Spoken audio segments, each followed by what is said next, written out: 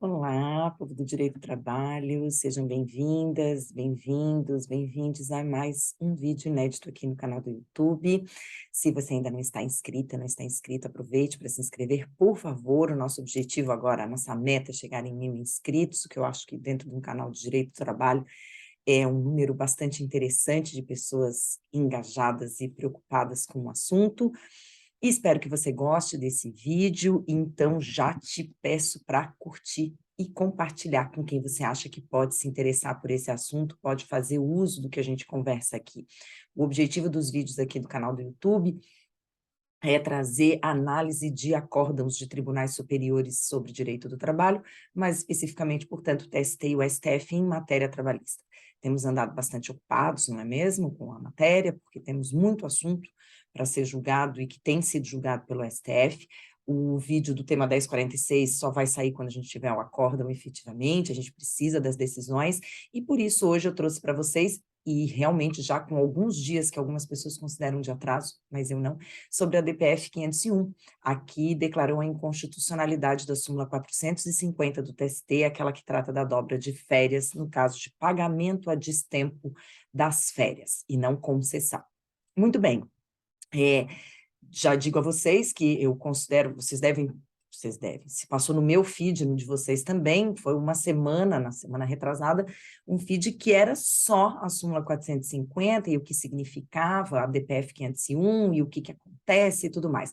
Vocês sabem que eu não gosto de ser a primeira, a pioneira, aquela que aparece primeiro para falar sobre o assunto, mas eu venho quando eu acho que eu posso contribuir mais do que numa primeira fala, e lembrando, como eu também já falei no Instagram, que eu acho que um vídeo de 90 segundos não é um vídeo suficiente para a gente tratar de um tema tão complexo, que tem tantas implicações. Então, o espaço do Instagram é para a gente fomentar o assunto e trazer o interesse para o tema, mas eu acho que é aqui que a gente tem um espaço maior.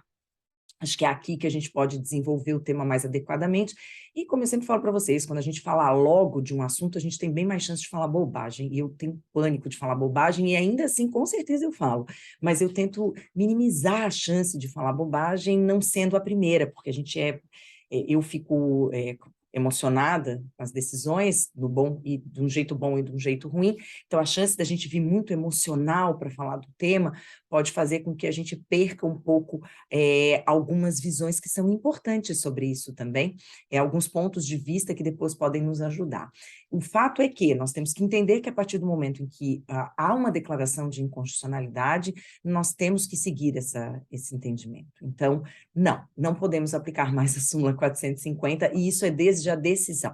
E sempre tem essa discussão, né? A gente já falou sobre isso na DI 58, também na DI 5766, sobre quando que aplica. Então, tem que esperar o trânsito em julgado para a gente falar, não tem nada disso. Ocorrendo a declaração de inconstitucionalidade, com certeza, dali em diante, a gente não pode mais aplicar o entendimento, que nesse caso aqui não é de lei, é de súmula. E é por isso que o assunto tem um contorno um pouco diferente. Então, quando a gente fala da DI 5766, que trata da justiça gratuita, a gente está falando de artigo 790, a gente está falando de artigos da CLT.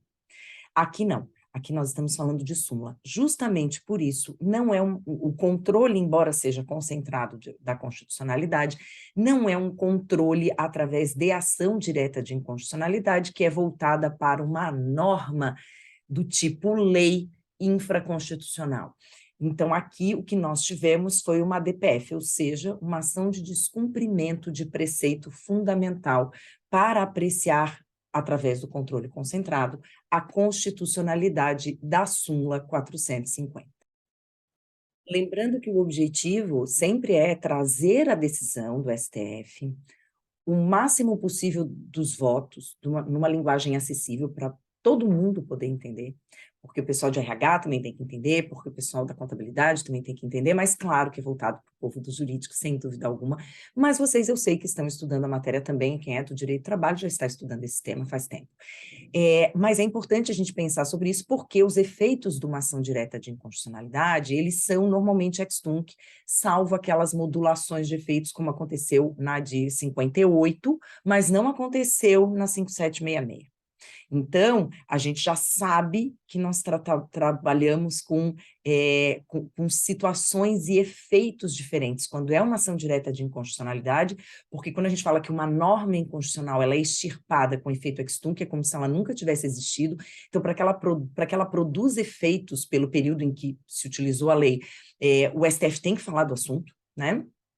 Como de fato fala em algumas situações, em outra diz que não precisa de efeito de modulação de efeitos, aplicando o CPC, porque a gente tem previsão, e sobre isso eu falei no vídeo sobre a 5766, então acho bem importante voltar lá para entender essa aplicação. E aqui a gente vai falar direto da DPF 501, porque aqui a gente está falando de uma situação diferente, que é a situação de súmulas, que no caso do TST, elas realmente são muito utilizadas, né? A gente usa muito súmula.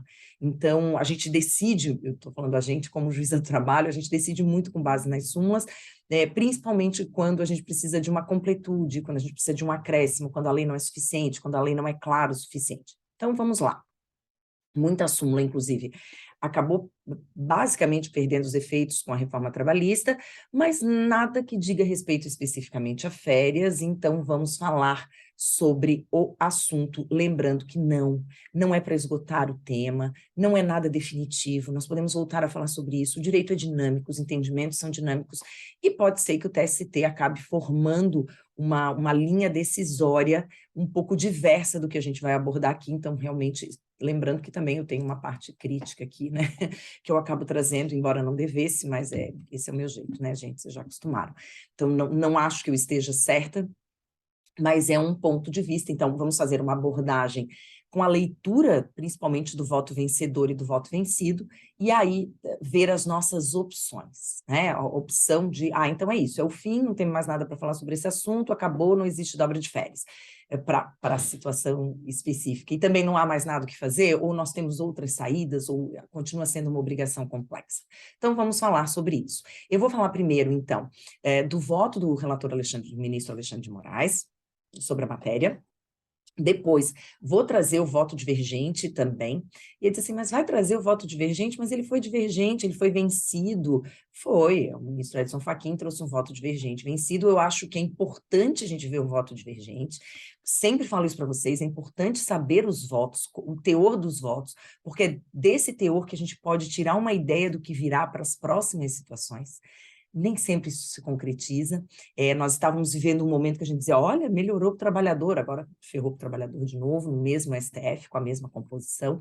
E nós vamos ver também aqui, que isso eu acho fundamental, é que aquilo que a gente imaginava no STF, que é do tipo, já apreciaram essa matéria uma vez, não foi adiante, ou entenderam dessa forma, então isso está resolvido. Isso é um sistema de precedentes forte. Infelizmente, e não sou eu que estou dizendo, o Rodrigo Trindade fala muito sobre isso, Oscar Cross, meu colega, fala muito sobre isso também, não é o que nós vemos aqui. O mesmo STF que vai numa linha, pode 4, 5 anos depois, sem nenhuma mudança expressiva no contexto social e jurídico, decidir de forma diferente. E foi o que aconteceu aqui. Eu confesso que eu fui iludida. Eu achei que esse tema já estava resolvido, porque ele já esteve resolvido antes, e o STF resolveu apreciar novamente a matéria. Então, isso significa que realmente a segurança jurídica é uma coisa muito séria no nosso país, que ainda temos que buscar. Porque você diz assim, agora o STF decidiu. Agora o STF decidiu. Daqui a 3, 4 anos pode ser que ele decida diferente. Daqui a 6, 7 anos. Pode ser que numa nova composição, com novos ministros, decida novamente de forma diversa. Nós acabamos fazendo uma coisa um pouco cíclica e nem sempre aquilo que vem do STF, de fato, pode ser encarado com um caráter de definição ou de permanência que a gente espera de uma decisão de Suprema Corte, quando a gente quer falar de sistema de precedentes e tudo mais, e é justamente por isso que nós trabalhamos no sistema ainda do direito romano, né, basicamente em leis. E o TST acaba trabalhando muito com precedentes, e é por isso que também acaba tendo interferência do STF. Então, vamos lá. Sobre o cabimento da DPF, eu achava muito estranho, porque eu pensava, gente, que preceito fundamental está sendo descumprido quando se determina o pagamento da dobra de férias, no caso de pagamento a destempo das férias do trabalhador. O que isso pode estar violando? Como que isso se transforma numa DPF? Porque não tem como fazer uma ADIM. Muito bem. O ministro Alexandre de Moraes diz, ele reconhece que, embora o STF tenha afirmado numa outra oportunidade a inexistência da repercussão geral deste tema, isso é uma decisão do ministro Teori Zavascki, portanto, né? Sabemos que é de alguém que já não está mais conosco, que faz muita falta como jurista e com certeza como pessoa. Numa decisão em novembro de 2015, o ministro Teori disse que não cabia a DPF para essa situação. Mas o ministro Alexandre de Moraes disse que, apesar dessa decisão, e nós vamos ver depois o que o ministro Fachin fala sobre isso, anoto que, seu ministro Alexandre de Moraes, o controle direto de constitucionalidade precede o controle difuso, não obstando o ajuizamento da ação direta, o curso do julgamento do recurso extraordinário. Ele está falando aqui do ADC, citando o ministro Menezes Direito, que também não está mais vivo. Isso há muito tempo. Ele diz que, ainda que seja caracterizado pelo caráter vinculativo da sistemática da repercussão geral. Assim, se a eficácia do provimento na via abstrata não vincula os julgamentos futuros do STF em controle concentrado, é certo que a decisão em repercussão geral também não. Então, embora num dado momento já se tenha dito que a repercussão geral não cabia, não havia repercussão geral naquele momento, isso não impede que 7 anos depois se entenda que há sim agora repercussão geral. Ele diz aqui que, no caso, eventual ofensa à Constituição Federal ocorreria de maneira direta, uma vez que a alegada ausência de base legal que sustente a sanção similar ao empregador é uma razão suficiente para fundamentar o pedido formulado, amparado na alegada violação de preceitos fundamentais da... Então, o que teria violado? O que a súmula 450 viola para caber uma DPF? Que preceitos fundamentais são violados para a DPF ter o efeito que tem, a possibilidade de repercussão geral? Princípio da legalidade na Constituição, artigo 5º, inciso 2º, e o da separação de poderes, artigo 2º e artigo 60, parágrafo 4º, inciso 3º da Constituição da República. Então, o entendimento aqui é que, embora antes a gente tenha entendido que não tinha repercussão geral, agora a gente entende que tem. E quando eu digo a gente, eu estou falando do próprio ministro, gente, porque essa DPF este ministro Alexandre de Moraes, esse próprio ministro Alexandre de Moraes, disse que não cabia, e que não tinha repercussão geral, e que não cabia DPF para discutir a súmula. E nós vamos ver por quê, porque o ministro Fachin relembra por que isso aconteceu. Só que houve um recurso, e aqui foi do governador do estado de Santa Catarina, então foi daqui de Santa Catarina que saiu essa ADPF, pelo governo do estado de Santa Catarina, o governador do estado de Santa Catarina. Se discutiu também a legitimidade, mas se entendeu que ele tinha legitimidade, enfim. Então não vem ao caso, ou seja, outros governadores poderão fazer isso. E você entende, na época se entendeu, então, que não era o caso de ADPF, que não cabia, que não tinha repercussão geral. Por um recurso que foi ao pleno, o pleno entendeu que sim, era o caso de se apreciar. E aí, por isso ficou dormindo esse tempo todo, porque, né, os nossos assuntos, infelizmente, eles ficam muito tempo adormecidos, lá, né, numa vista, numa análise e tudo mais. Outras coisas aparecem mais, e aí depois se volta a falar sobre o assunto. Então, o que ele quis dizer aqui? Olha, se lá atrás a gente disse que se está discutindo em recurso extraordinário impede a DPF e tal, a gente agora pode mudar de ideia. A gente não está vinculado àquilo que a gente falou em outro recurso extraordinário. E aí o ministro Fachin, no seu voto divergente, sobre o mesmo assunto, diz que, embora o relator compreenda, com razão, porque é sempre tudo com muito respeito, né, que a decisão em recurso extraordinário não vincula os julgamentos futuros do STF em controle concentrado, ou seja, teve um recurso extraordinário para falar da inconstitucionalidade dessa súmula, e se entendeu que não era o caso de falar sobre isso em recurso extraordinário. Então, isso não vincula uma decisão futura em controle concentrado.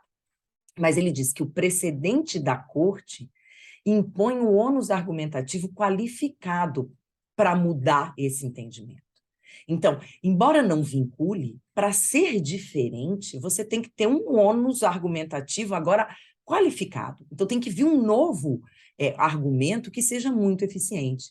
E ele fala que esse agravo regimental do ministro Teori Zavascki, né, de 2015, que era o tema 867, então vejam, nesse tema, no recurso extraordinário, que eu vou colocar o número na descrição do vídeo, não faz diferença eu falar para vocês, mas pelo relator, ministro Teori, em novembro de 2015, no tema 867, então isso já aconteceu.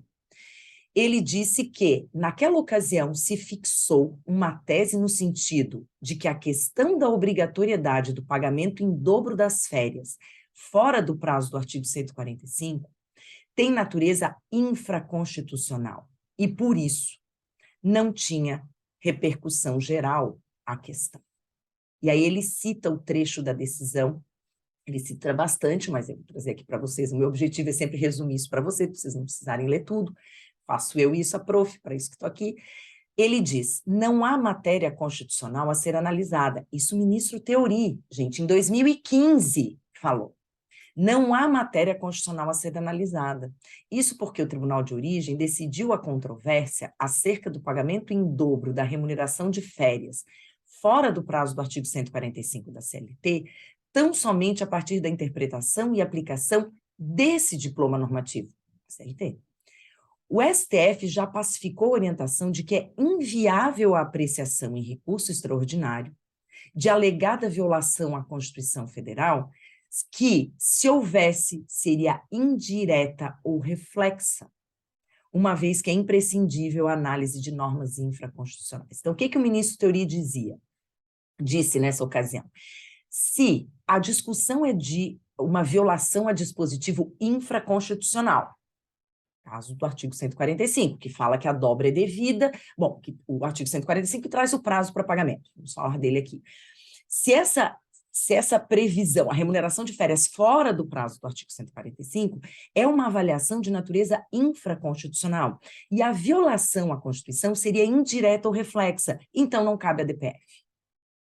E agora o ministro Alexandre Moraes, que já concordou com esse entendimento do ministro Teori, quando veio a DPF 501 inicialmente, disse que, na verdade, agora se entende que essa violação foi uma violação direta e não meramente reflexa, que foi uma violação direta. E é disso que o ministro Fachin diverge. Então, ele diz, a jurisprudência da Corte está consolidada no sentido de que a violação do princípio da legalidade, que eu acabei de falar que foi o que o ministro Alexandre Moraes levantou, demanda necessariamente a análise de atos normativos infraconstitucionais, no caso, interpretação de súmula do TST e da CLT. Então, ele diz que ele põe entre aspas, inconstitucionalidade atribuída ao enunciado 450, funda-se na ofensa aos preceitos fundamentais da legalidade e separação de poderes. Exatamente como a gente falou. E, segundo o relator, eventual ofensa à Constituição ocorreria de maneira direta, uma vez que a alegada ausência de base legal que sustente a sanção sumular é razão suficiente para fundamentar o pedido formulado. Exatamente o que eu disse para vocês. Então, a gente tem, como ele está repetindo o que o ministro Alexandre Moraes entendeu. Então, ele diz que o STF já tinha dito que não é isso, que é diferente, que não tem violação direta. A violação direta ao princípio da legalidade não se constitui quando se fala de um verbete sumular que tem como base um dispositivo legal, cuja constitucionalidade não está sendo discutida. Não se está debatendo a constitucionalidade do dispositivo legal, e sim do verbete sumular a partir de uma interpretação desse dispositivo infraconstitucional. Por isso, não caberia a DPF. E aí ele diz que tampouco a alegação de violação ao princípio da separação de poderes serve à cognição, conhecimento, né? Uma vez que a atividade interpretativa do judiciário, e eu acho que isso aqui vocês podem usar na vida, a atividade interpretativa do judiciário é função típica desse poder e não incorre em interferência na competência de qualquer dos demais poderes. Então, vejam, uma das funções do poder judiciário é a interpretação do dispositivo legal. Dar um alcance maior a esse dispositivo legal faz parte da função interpretativa do TST, estou dizendo eu. Do Poder Judiciário, no caso. Então, quando o Poder Judiciário traz uma interpretação extensiva, ou trabalha com analogia, entendendo que há uma lacuna que precisa ser integrada, isso faz parte do Poder Judiciário, da função do Poder Judiciário. A aplicação da lei exige uma função interpretativa, a sua exegese, a sua hermenêutica. Então, a hermenêutica é isso, é função do Poder Judiciário. E quem já diz isso? Roberto Bobbio. Por isso que é tão importante estudar Bobbio. Está longe de ser antigo, ele é sempre moderno, é incrível. E nós vamos continuar utilizando Bobbio, por isso vou fazer algumas aulas sobre a teoria do ordenamento jurídico, provavelmente só para a comunidade, mas de vez em quando vou trazer alguma coisa aqui, porque Bobbio continua sendo atual, porque nós estamos falando do quê? De ou existência de uma lacuna que o Poder Judiciário preencheu através de uma súmula, e aí a discussão vai ser essa aqui no processo, na DPF 501, ou é uma interpretação extensiva do artigo 137, do artigo 145, para determinar o pagamento da dobra também nessa situação. Por isso é importante a gente ver essa questão. Claro, aí no fim se entendeu que deveria ser conhecida a DPF, que seu mérito deveria ser examinado, que bom, beleza, é isso que nós estamos fazendo, mas temos que ter sempre claro o que leva os ministros a divergirem entre si, porque no futuro a gente pode usar isso, inclusive, em outras situações. Mas então, ele foi vencido também nessa situação do conhecimento, então fomos para o mérito, e aí o voto do Alexandre Moraes agora, do ministro Alexandre Moraes, em relação ao mérito, é o que nós vamos ver. Vamos entender o seguinte, então, quais são os dispositivos legais que são utilizados até a própria DPF ir para frente e derrubar, vamos dizer assim, a súmula 450. Eu vou colocar esses artigos na descrição do vídeo para vocês não precisarem ficar procurando por eles depois na CLT. Mas o que nós temos? O artigo 134 da CLT que diz: as férias serão concedidas por ato do empregador, né, o empregador que define a época, em um só período nos 12 meses subsequentes à data em que o empregado tiver adquirido o direito. Isso é a redação antiga, não de 43, a redação de 77.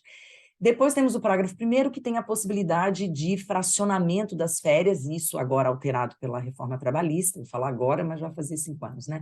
Alterado pela reforma trabalhista para serem usufruídas em 3 períodos, antes a gente tinha a possibilidade de 2. Então, o parágrafo 1º fala que, desde que haja concordância do empregado, adoro, as férias poderão ser usufruídas em até 3 períodos, com um deles não inferior a 14 dias corridos, e os demais não inferiores a 5 dias corridos cada um. Eu sempre falo sobre isso, gosto muito de tratar o tema, já falei sobre isso no podcast também, no Drops de Direito do Trabalho, porque temos que lembrar que nem todo mundo tem direito a 30 dias de férias. Quem teve faltas injustificadas durante o período aquisitivo vai reduzindo o seu período de férias. Então, tem gente que tem 24, tem gente que tem 18.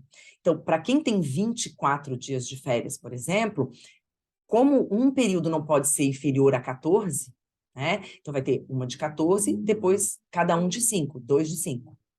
Quem tem 18 dias de férias já não vai poder fracionar em 3 períodos, porque vai ser um de 14 e só sobraram 4. Então, já não consegue mais fracionar.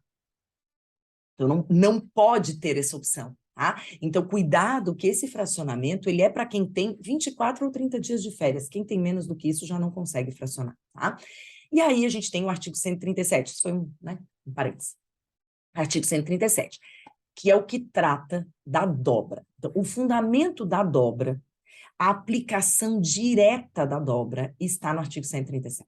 Sempre que as férias forem concedidas após o prazo de que trata o artigo 134, ou seja, nos 12 meses subsequentes à data que o empregado tiver adquirido o direito, então é por isso que a gente fala de período aquisitivo, que são os 12 meses de trabalho, período concessivo, os 12 meses subsequentes. Na prática, o empregador tem quase 2 anos para conceder o primeiro período de férias, porque o primeiro ano é de período aquisitivo e o segundo ano é de período concessivo, e dentro desses 12 meses seguintes aos 12 primeiros, ele tem que conceder as férias. Ou seja, o empregador tem quase 24 meses para organizar, pelo menos o primeiro período de férias. Depois ele vai organizando a cada 12 meses, porque nesse primeiro período aquisitivo, ele é só período aquisitivo, e o primeiro período concessivo, ou seja, 12 primeiros meses de trabalho, período aquisitivo. Os segundos 12 meses de trabalho são período concessivo, mas também já são período aquisitivo das próximas férias. Me fiz entender? Primeiros 12 meses, período aquisitivo puro. Segundos 12 meses, período concessivo desse primeiro aquisitivo, e já também período aquisitivo para o próximo período concessivo. É assim que funciona, você vai fazendo uma tabelinha. Então, depois desse primeiro período, a empresa tem que se organizar, porque a pessoa vai ter férias uma vez por ano. Mas quando se fala que o direito constitucional é de férias anuais, uma vez por ano, no caso do começo do contrato de trabalho, não é. Não é depois de 12 meses, você não tem naquele primeiro ano de trabalho, de prestação de serviço, direito a fruir férias. O seu direito a fruir férias começa depois do primeiro ano. E aí a empresa tem mais 12 meses para conceder essas férias. E o artigo 137 diz que quando essas férias forem concedidas fora do prazo, ou seja, passou dos 12 meses do período aquisitivo, encerraram os 12 meses do período concessivo, não concedeu férias ainda, o empregador pagará em dobro a respectiva remuneração. Que também já é uma alteração de 1997, essa previsão, tá? Então, vejam, essa remuneração dobrada já também tem, sempre teve alguma controvérsia, porque com a Constituição de 88 veio o terço, né? Veio o abono de férias, o terço de férias. Além do salário do mês, que são as férias, mais um terço de férias como abono constitucional. E, inclusive, se você fizer uma interpretação restritiva, você diz, ora, vai pagar a remuneração em dobro. A remuneração das férias são só as férias. O abono não chama remuneração, ou chama. Então, se você considerar que o abono faz parte da remuneração, também a dobra é devida sobre o abono. Eu passei muito tempo pensando sobre isso.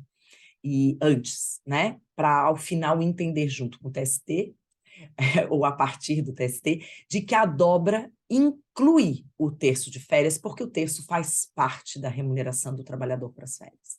Mas vejam, isso já é uma hermenêutica. Isso já faz parte da hermenêutica, ou seja, da arte de interpretar o dispositivo legal. Entender que a dobra inclui o terço de férias já é um esforço hermenêutico, gente. Já é função interpretativa do Poder Judiciário. Essas alturas eu já acho bem melhor nem falar muito sobre isso, porque senão daqui a pouco levanto isso também, que também viola, né, preceito fundamental, enfim. Aí vem o parágrafo 1º que diz que, vencido o prazo, sem que o empregador tenha concedido as férias, o empregado pode ajuizar uma ação pedindo a fixação por sentença da época do gozo das férias. Que esse dispositivo, gente, ele fazia sentido quando existia estabilidade decenal. Porque se o trabalhador entrar hoje com uma ação dizendo, ô juiz, manda aí o empregador me dar férias, porque passaram os 12 meses de período concessivo, eu não tive férias ainda. Como diz o ministro, ato falho, o desembargador Francisco Rossal, ele vai pensar sobre isso na fila de seguro-desemprego, né? Ele vai entrar com a ação pedindo para o juiz fixar férias, não vai dar nem tempo, ele provavelmente vai ser despedido e vai receber as férias com dobra na rescisão. Se ele não receber, ele entra com a ação para cobrar essa dobra, porque vai ser uma verba incontroversa, praticamente. Mas dificilmente alguém tem coragem de entrar com uma ação para pedir a fixação das férias se não tiver estabilidade no emprego, né? Porque o direito à indenidade, que já foi objeto de vídeo aqui no canal, ele não costuma ser muito respeitado. Muito bem, aí tem aqui multa diária se a empresa não conceder as férias e tal. Artigo 145, que nos interessa. O pagamento da remuneração das férias, e se for o caso do abono, que hoje em dia é do abono constitucional, serão efetuados até 2 dias antes do início do respectivo período. Então, se eu vou entrar em férias no dia 3, até o dia 1, né, 2 dias antes, eu tenho que ter recebido o meu valor integral, ou seja, o valor das férias, que é o valor do salário a que eu tenho direito como se eu estivesse trabalhando, porque férias é isso, é uma licença remunerada, né? Por isso que é interrupção do contrato de trabalho, não tem prestação de serviços, mas tem pagamento de remuneração. E mais o abono, eu tenho que receber no dia 1º. Por quê? Porque não adianta eu tirar férias sem ter dinheiro para gastar nas férias. É assim, bem simples. Por isso que o ministro Fachin fala sobre isso, e o ministro Maurício Godinho fala muito sobre isso. A obrigação das férias na verdade, as férias são um direito complexo e não um direito simples, porque só a fruição das férias é uma licença remunerada, né? A fruição das férias é a licença remunerada. O pagamento antecipado disso é parte da obrigação de concessão de férias pelo empregador para que o trabalhador tenha valores para gastar nas férias durante as férias. Porque como é que funciona o pagamento do salário? Até o 5º dia útil do mês subsequente à prestação de serviço. Então, eu trabalho e até o 5º dia útil do mês seguinte eu tenho que receber. Certo? No caso das férias, não. Eu recebo antes de fruir as férias para ter dinheiro no período de concessão de férias para gastar. Isso gera um monte de problema nos trabalhadores que vão conversar com o pessoal do RH, e as pessoas do RH vêm falar isso para mim, que aí a pessoa não entende, porque o que acontece? Vamos supor, vamos pegar um mês cheio, porque é o mês do prejuízo, né? Eu tô rico, tô pobre. Então, a pessoa vai começar a tirar férias no dia 3. Então, o que acontece? No dia 3 de julho. Então, no dia 1º de julho, ela tem que receber o quê? O valor do salário dela de julho, que é o mês de férias, com 1/3, que é o abono constitucional. E aí ela entra em férias dia 3. No dia 5, vamos supor que seja o 5º dia útil do mês de julho, no dia 5 ela vai receber o salário de junho, do mês que ela trabalhou. Então, o que acontece? No dia 5, ela é rica, porque ela tem o salário do mês de junho que ela trabalhou e o salário do mês de julho das férias com o 1/3 constitucional. Só que essa pessoa tem que se lembrar que quando chegar no dia 5 de agosto, ela não tem nada para receber. E tem gente que não entende. Tem gente que acha que férias é um mês a mais. É como se fosse um 14º.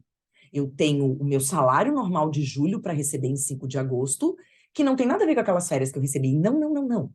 Receber férias nada mais é do que receber antecipado o seu salário do mês. Do mês que você não vai trabalhar. Por isso é tão legal. Só que quando chega no dia 5 do mês seguinte, você não tem nada para receber. Por isso que eu tô rico, tô pobre. Se você não se organiza, você vai passar o mês de agosto inteiro sem nada. Porque não, você não vai receber nada. Você só vai receber de novo em setembro. Por isso que até, eu falo pro pessoal do RH, é melhor conversar com as pessoas que são mais desorganizadas para dar férias a partir do dia 14, do dia 15 do mês. Porque aí, o que acontece? Ela começa as férias no dia 15. Então, no dia 13, ela vai receber o valor das férias. Só que quando chegar no dia 5 do mês seguinte, ela tem ainda 15 dias de trabalho para receber do mês anterior. Porque ela vai receber o valor das férias antecipado, mas o do salário, ou seja, dos dias trabalhados, né, vai ser no dia 5 normal. Me fiz entender? Passa isso. E isso que eu estou dizendo, gente, você que é do direito, você é advogado trabalhista, passa para alguém que precisa entender esse conceito, de que as férias são o salário do seu mês, ganhos antecipadamente e sem prestação de serviços. Mas não te dão direito a receber mais uma vez, tá? A dobra que é essa mais uma vez.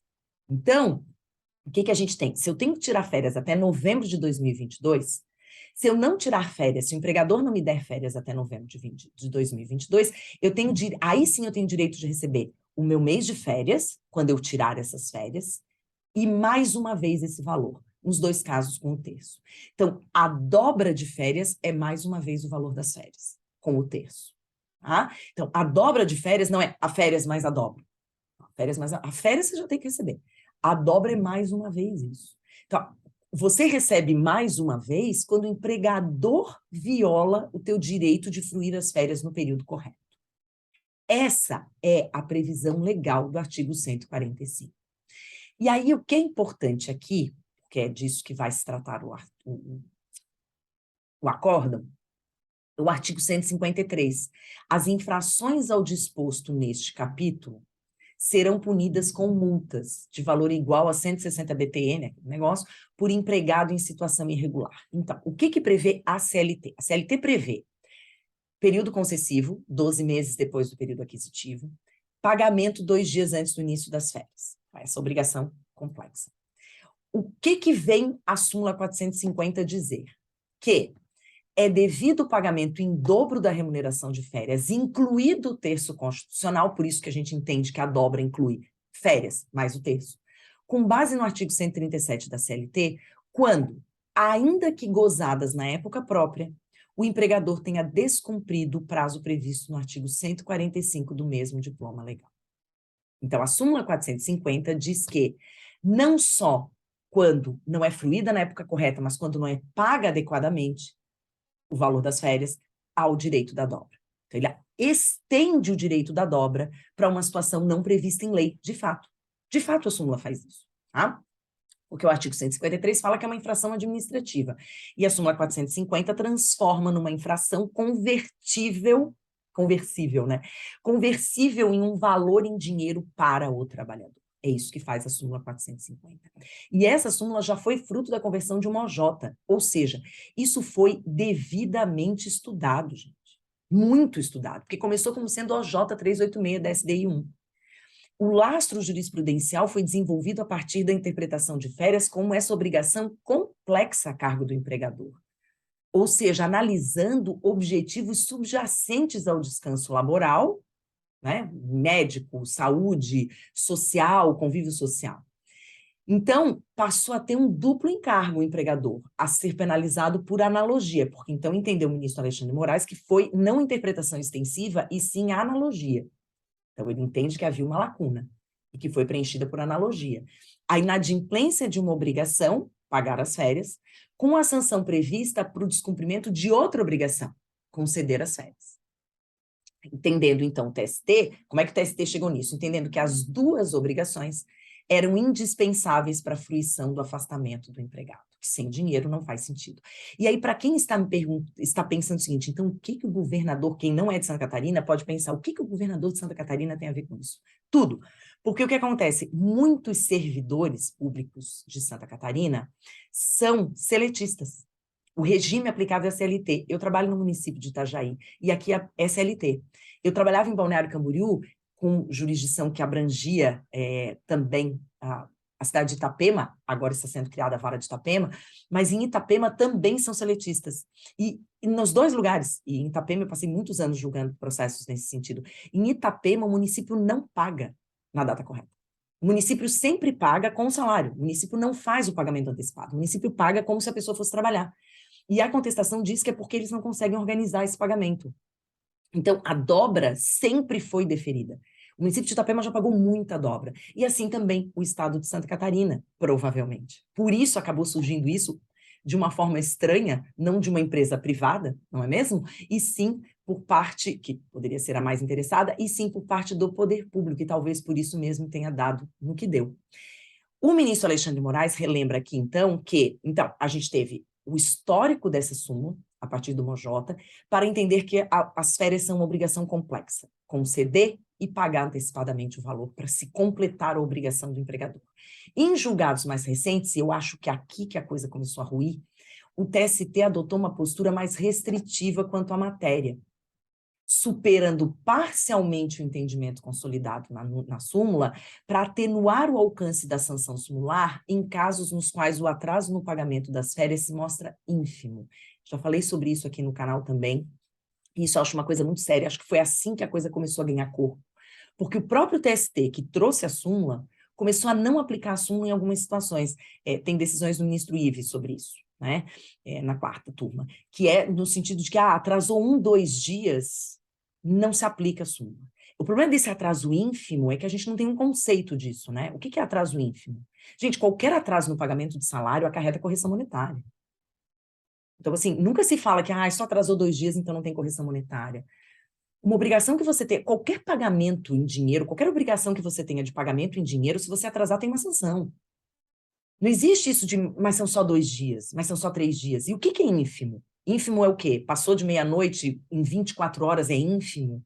Então, também não tinha um conceito de ínfimo. Tinham decisões no sentido de que até 5 dias não seria cabível a súmula, então não seria devida a dobra.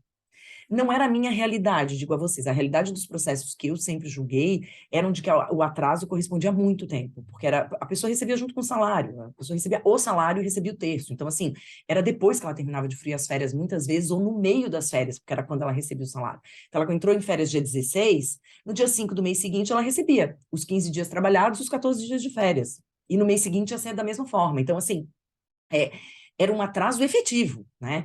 E teve entendimento de que não, que às vezes a empresa particular, a empresa privada, atrasava assim, tinha que pagar dia 5, pagava dia 7.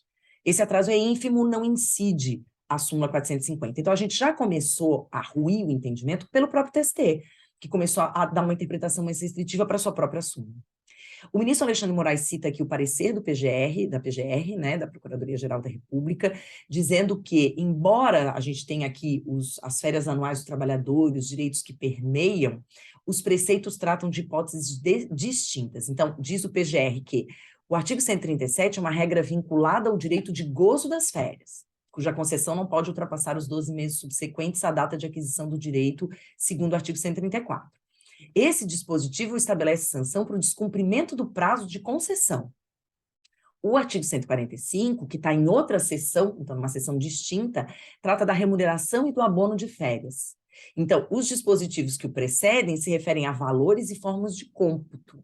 E o artigo 145 fica o prazo para o seu pagamento. E aí o PGR diz que não há previsão de sanção específica pelo descumprimento do prazo, como acontece no artigo 137.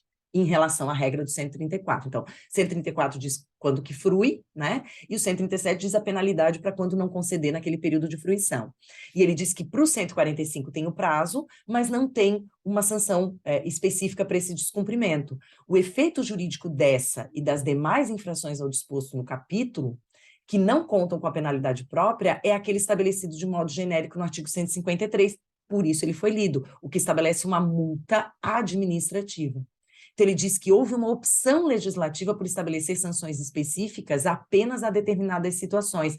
Claro, ele está dizendo o seguinte, se o legislador quisesse que houvesse a dobra, teria previsto também no pagamento. Exato, ele não previu, e justamente por isso o TST trouxe esse preenchimento dessa lacuna. Ele não considerou que é uma negativa, ele considerou que é apenas uma lacuna. O ministro Alexandre de Moraes faz no voto uma coisa interessante, ele compara com umas situações que eu considero que são comparações incomparáveis, mas, enfim. Ele diz que essa Suprema Corte tem rechaçado em contextos próximos posturas corretivas que não encontram guarida em normas construídas pelo Poder Legislativo. E aí ele cita exemplos. Impossibilidade do STF tipificar delitos e cominar sanções de direito penal. É uma decisão de 2020, no Celso de Mello ainda. B, suspensão de transferência voluntária de verbas federais aos estados antes do advento da Lei Complementar 141 de 2012. C, aplicação da sanção penal do Código Eleitoral a infratores de vedação estabelecida por resolução do TRE, isso bem antigo, 2006, ainda do ministro Joaquim Barbosa. E D, sanção estabelecida pelo IBAMA em portaria infralegal para a inobservância de requisitos impostos ao contribuinte. Dessas aqui, eu vou dizer para vocês que, para mim, a única que faz algum sentido é a última, que trata do contribuinte. Porque comparar uma sanção ao empregador com uma sanção, no caso de direito penal, eu acho, com todo respeito, gente, eu acho totalmente absurdo. Porque a gente trabalha com indúbio pro réu no direito penal. Então, é claro que não se pode atribuir um crime novo, tipificar delito, o STF tipificar delito e combinar sanção de direito penal. Porque indúbio pro réu, só que indúbio pro operário. Então, se é algo que estamos em dúvida e existe uma interpretação a favor do empregado, do trabalhador, como que você compara isso com direito penal? É justamente porque não se traz sanção por causa do indúbio pro réu, também não se traz uma situação pior para o trabalhador quando não há previsão legal. Então, eu acho que essa é uma que não tem como você fazer essa comparação. Para mim, é comparando o incomparável. Acho que a gente poderia comparar com situações que envolvem direito do consumidor e fornecedor, porque, como eu sempre falo, é a mesma vulnerabilidade e a mesma hipossuficiência, que é uma vulnerabilidade e hipossuficiência jurídicas e não necessariamente econômicas. Então, se a gente tiver uma situação em que não se pode criar uma obrigação para o fornecedor que beneficie o consumidor, então isso é comparável com o direito do trabalho. Porque o que acontece com essa decisão aqui? Ela beneficia o empregador e prejudica o trabalhador fortemente. Por quê? Porque ainda que se aplique a penalidade, ou seja, continua valendo, e eu vou dizer isso várias vezes para vocês, continua valendo a multa administrativa. De novo, continua valendo a multa administrativa. O artigo 153 agora é o único aplicável. E ele nunca deixou de ser. O fato da súmula 450 trazer a dobra nunca retirou a penalidade administrativa. O fato é que o TST passou a entender assim porque essa penalidade administrativa não era suficiente ou eficiente para o fim a que se destinava. O objetivo da penalidade é pedagógico, além de sancionatório. É que o empregador diga, putz, eu estou pagando muito dinheiro nessas multas, então não vale a pena eu atrasar o pagamento das férias. Só que isso não acontecia, não só pelo valor, mas pela impossibilidade de fiscalização. Quando eu vejo autos de infração que são trazidos em juízo para anulação, eles são sobre reconhecimento de vínculo, não pagamento de salário, horas extraordinárias excessivas. Eu nunca peguei uma situação tratando de pagamento de férias a destempo. Por quê? Porque isso nem é uma matéria coletiva, quando o atraso é com um ou com o outro. Quando isso não é uma postura da empresa, e às vezes não é uma postura de empresa, ela atrasa com alguns e não atrasa com outros. Geralmente, as empresas que atrasam, atrasam com o administrativo e não atrasam com o pessoal de fábrica ou vice-versa. Não é um atraso com 2.000 pessoas que justifique uma atuação administrativa, da autoridade administrativa do Ministério do Trabalho. Até porque não há fiscais suficientes para isso, não há possibilidade de fiscalização suficiente. Então, uma nova forma sancionatória foi a súmula 450, que ao mesmo tempo que penaliza o empregador, dá um conforto para o empregado que sofreu o prejuízo. Porque quando você aplica uma sanção que é só uma multa, o empregador paga, mas o trabalhador não teve vantagem nenhuma. Ele continuou recebendo com atraso as férias dele. Para ele não mudou nada, as férias dele continuaram sendo pagas com atraso. E se a empresa fizer a conta e chegar à conclusão que é mais barato pagar sempre com atraso por conta do seu fluxo de caixa e esperar a multa, é assim que funciona nas empresas. Trabalham com cálculo de risco. Compliance, para mim, não é isso, lembrando. Compliance é cumprir a lei no mínimo. Cálculo de risco faz parte do compliance, dentro do cumprimento legal, não fora do cumprimento legal. Esse cálculo de risco é um cálculo de risco meramente econômico, que vale mais a pena no custo final para a empresa. Com toda franqueza, infelizmente, vai fazer bem mais sentido esse atraso no pagamento das férias sem uma penalidade expressiva, porque vai ter que se esperar isso. Mas aí eu sei, a gente tem que lembrar o seguinte, não existir fiscalização suficiente não é uma boa justificativa. Esse é um outro problema. Deveria existir, né? Não existe, isso é uma outra questão. Ah, a fiscalização não é boa, então ela não é suficiente. Pois é, mas ela devia ser. Então vamos trabalhar por isso agora. Porque o entendimento aqui é esse. O 153 continua valendo, só que só ele vale. E o 153, o artigo 153, sempre continuou valendo. Então, eu ouvi algumas pessoas falando o seguinte, agora em vez da dobra tem uma multa administrativa. Não, gente. Sempre teve a multa administrativa, só que além da multa administrativa tinha a dobra. Agora só tem a multa administrativa que não reverte para o trabalhador, que reverte para a União. Como qualquer multa administrativa, ela reverte para a União, tá? Então, isso a gente tem que ter bem claro. E, finalmente, o que diz o ministro Alexandre de Moraes? Quanto à construção analógica que permitiu a consolidação da jurisprudência debatida, observo que a técnica integrativa pressupõe a existência de uma lacuna. Então, a gente fala o seguinte, a incompletude da norma e a completude do ordenamento jurídico, Norberto Bobbio, mais uma vez. E podem dar outro nome, tem uma pessoa que está dando outro nome para aquilo que Bobbio criou muito antes dele. E ele traz como uma nova teoria, mas não é uma nova teoria. Sempre foi assim dentro de Bobbio no século passado. E no começo do século passado, né? Não no fim. Então, vejam, ele diz o seguinte, que nós temos um sistema que tem que ser completo, né? Essa é a completude do sistema. A norma é incompleta. Então, a norma do 145 era incompleta. Entendeu o TST que, portanto, havia uma lacuna e o ordenamento como esse sistema integrado de normas não pode ser incompleto. Então, havendo essa lacuna, nós vamos fazer o quê? A integração da lacuna através de analogia, costumes, princípios gerais de direito, como prevê a lei de introdução. Essa construção, portanto, foi uma analogia. O TST viu uma lacuna a ser preenchida e preencheu com analogia pelo artigo 137.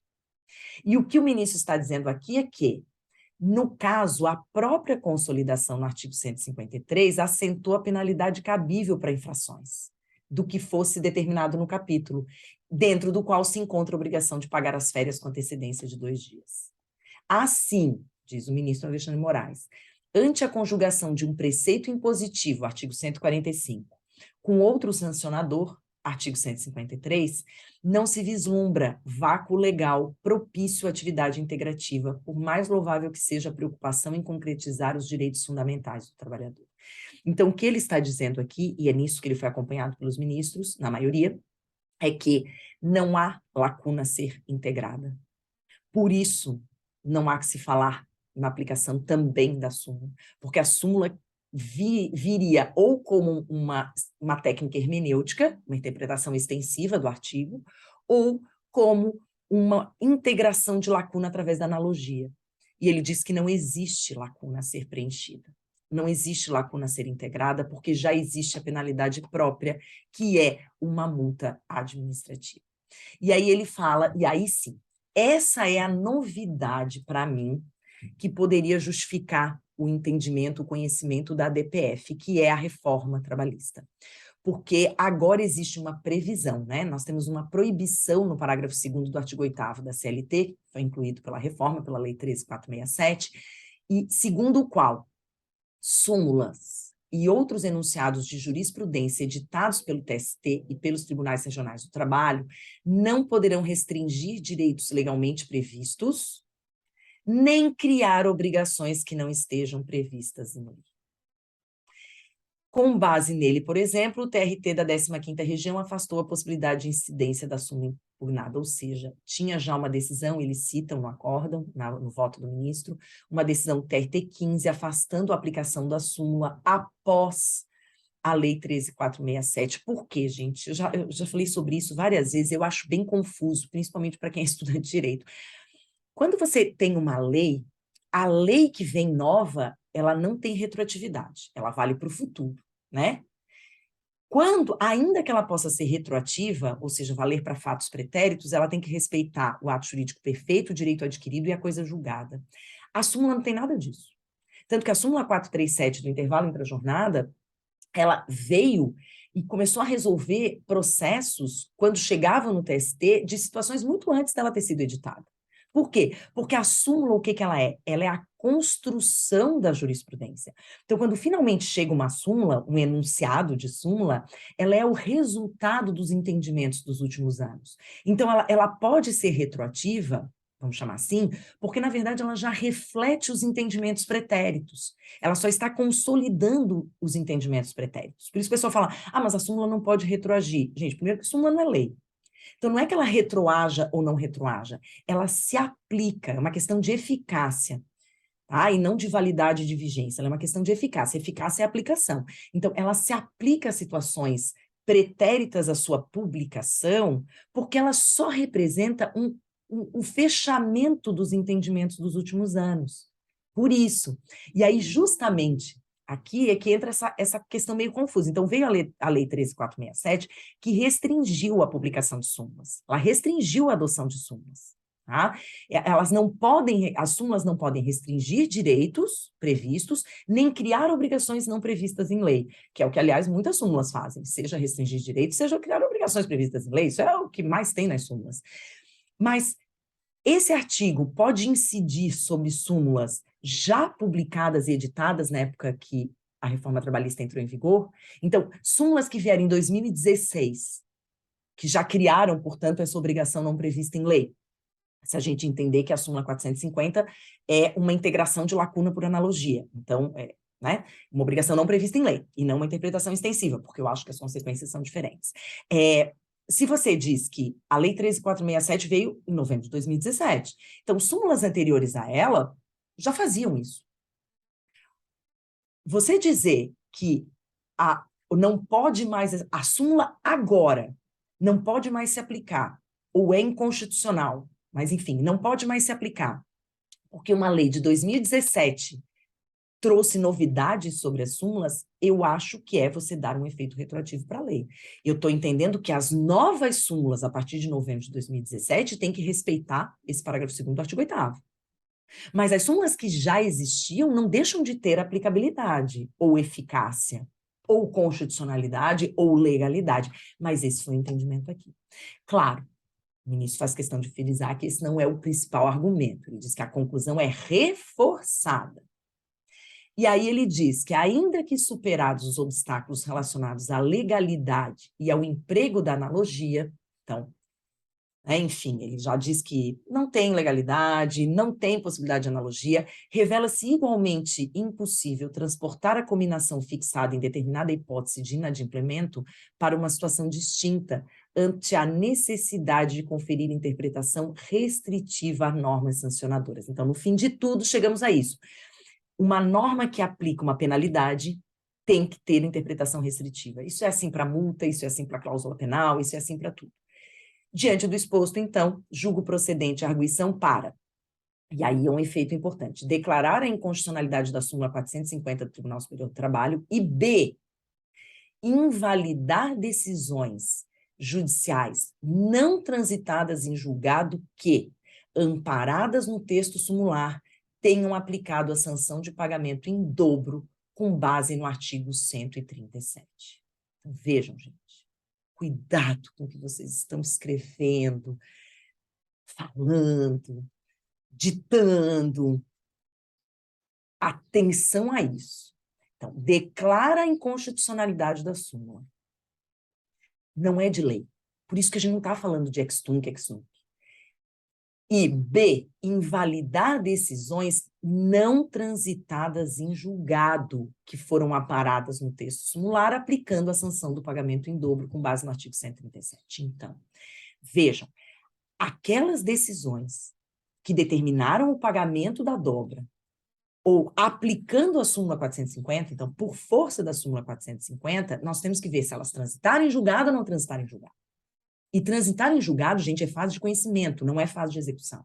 A gente só executa aquilo que já transitou em julgado. Então, claro, se você tiver execuções provisórias de aplicação da súmula 450, mas o tema ainda está sendo discutido no TST, num recurso de revista, não transitou em julgado.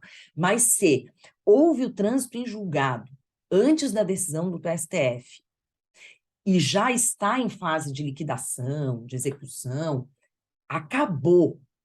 E eu estou entendendo que não cabe ação rescisória, gente, porque o STF está sendo muito claro nessa decisão. Não estão aqui, a gente tem que esperar para ver a modulação dos efeitos. Gente, está aqui, os efeitos estão aqui. A decisão é para invalidar decisões judiciais não transitadas em julgado que tenham sido amparadas pelo texto sumular. Então, aquilo que eu decidi semana passada, que está em grau de recurso no TRT, já era. Eu mandei pagar multa, mandei aplicar a súmula 450, enquanto não saísse a decisão, semana passada não, mas há 2 semanas. Gente, no mês passado eu tenho certeza que eu julguei pelo menos 3 processos mandando pagar, com base na multa 450. Então, com a base na súmula 450. Então, assim, essas que estão no TRT vão ser invalidadas, porque elas não transitaram em julgado. Aquelas que transitarem em julgado, não dá para vir com exceção de pré-executividade, porque a norma foi declarada inconstitucional, porque não é norma, é súmula. É súmula em ADPF, controle concentrado. O efeito é o previsto na decisão. Então, as decisões transitadas em julgado, independentemente de pagamento ou não, valem. Então, a decisão que transitou em julgado e agora está em fase de execução, não tem essa de exceção de pré-executividade, embargos de execução, reclamação constitucional, reclamação para o STF, porque a previsão da própria decisão do STF, do voto do relator que vai, né, que foi o que prevaleceu, foi de julgar procedente a arguição para esses 2 efeitos. Isso, inclusive, gente, está na própria decisão de julgamento. No dia 8 de agosto, declarar a inconstitucionalidade da súmula 450 e invalidar decisões judiciais não transitadas em julgado que, amparadas no verbete sumular, tenham aplicado a sanção do pagamento em dobro das férias. Voto do relator, vencidos os ministros Edson Fachin, que foi quem apresentou o voto divergente, Carmen Lúcia, Rosa Weber e Ricardo Lewandowski. Então, gente, isso é muito importante, porque eu estou vendo, e foi por isso que eu esperei um pouco para gravar o vídeo, eu queria ver se vinha alguma coisa diferente. Estamos esperando se vem o acórdão completo, né, com todo... Eu gosto muito de toda a extração da ata de julgamento, né? Eu adoro a ata de julgamento, porque vem a ata completa, vem os debates, vem a discussão, e eu preferia esperar por isso para gravar esse vídeo, como eu já fiz na 5766, como eu já fiz em outras oportunidades. Eu prefiro. Mas eu estou vendo que o tema está muito urgente e que está tudo muito confuso. E eu vi gente dizendo, bom, agora então você faz exceção de pré-executividade, você faz reclamação constitucional. Do quê? Uma decisão transitada em julgado? Não, gente, a decisão está expressa nesse sentido. A não ser que tenha alguma coisa que eu não li, que veio alguma coisa depois, que não está no site oficial do STF, que não está como decisão oficial, a decisão que está hoje no site do STF é essa. Declara a inconstitucionalidade da súmula 450 e invalida decisões judiciais não transitadas em julgado que aplicaram a súmula 450 para a situação específica do pagamento a destempo. Então, para essas decisões é que acontece esse efeito, tá? Para aquilo que já transitou em julgado, inclusive por conta dessa letra B, porque se você invalida a decisão não transitada em julgado, você já está dizendo que não dá para fazer ação rescisória. Porque a ação rescisória tem como objetivo o quê, gente? Invalidar decisão transitada em julgado. Aqui está dito expressamente que não é para invalidar decisão transitada em julgado, é para invalidar decisão não transitada em julgado.